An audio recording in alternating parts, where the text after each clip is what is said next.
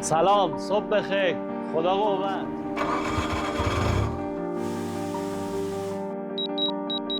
سلام، وقت شما بخیر. بفرمایید.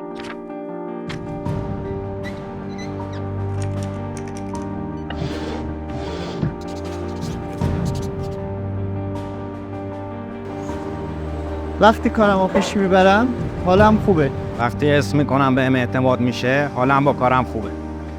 وقتی میدونم کارم تاثیرگذاره با دل و جون کار میکنم. وقتی که میدونم کاری که میکنم ارزش داره با خوشحالی انجام میدم. وقتی صدای من توی سازمان شنیده بشه حس ارزشمند بودن دارم. وقتی میدونم نظراتم برای بهبود محیط کاری ارزشمنده قطعاً بیشتر مشارکت میکنم. وقتی ایده ها میتونن تغییر ایجاد کنن واقعا از کارم لذت میبرم.